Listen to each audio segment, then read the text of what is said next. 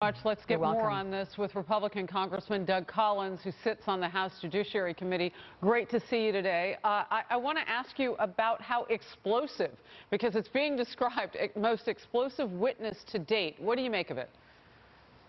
Well, Harris, good to talk to you as well. I think what we're finding here is the more we hear about this, the more it becomes concerning. You begin to believe that there was a number of folks in the upper management of the FBI and the DOJ during this time that had secret decoder rings, and they were going around taking care of each other and doing things abnormally. I love the way Congressman Memos said they did things abnormally. These are the kinds of problems that we're finding on now becoming a reoccurrent basis, and really causes us a lot of trouble with what we actually got from the investigations themselves.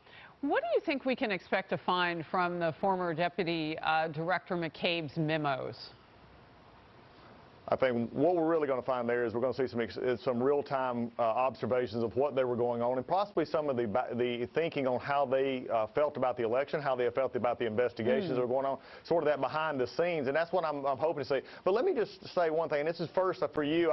Something that we've been working on, and I'm sharing it now with you, is the fact of Peter Stzrok, one of the folks involved in this, for 101 days was out of compliance with his security clearance. And during this time, he was the lead investigator in the Clinton investigation, and during that time should not have had access to SCI or compartmentalized information, which is beyond top secret. He should have been read out of the investigation, brought his security clearance up to date with his polygraph, and then read back in. Instead, he was never taken off the investigation. This shows a problem of procedures in the FBI. This is something we don't know. And then he continued on into the Mueller investigation, in which afterwards he was taken off of it. The two things you need to have this information given to you is, number one, an up-to-date security clearance, and number two, a need to know. Once he left the Mueller investigation, he had no need to know. Again, it looks like a group with their decoder ring saying you're part of the group, you get treated specially. All right, so special treatment rides in its own lane, but what you're saying is really critical here. Because you had others who were asking about the security clearance status of Peter Strzrok a while ago.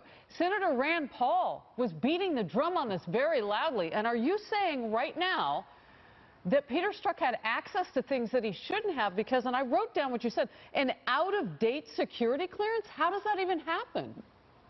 That is correct. I asked Peter Strzrok directly about this when he appeared before our committee. It was sort of lost in the moment of the day, but I asked him specifically over and over about this, and it was, and he tried to blow it off as, well, my polygraph wasn't up to date.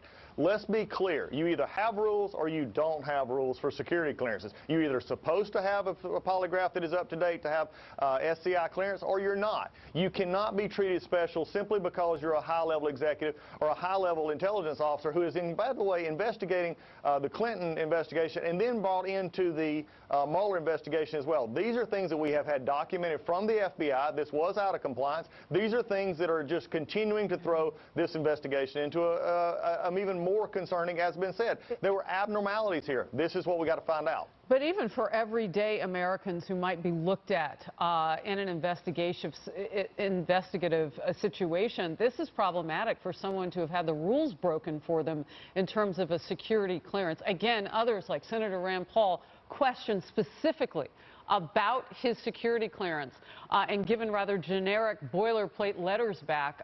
It will be interesting to see this nugget of information that you brought the show, Congressman, what happens next. Congressman Collins, thank you.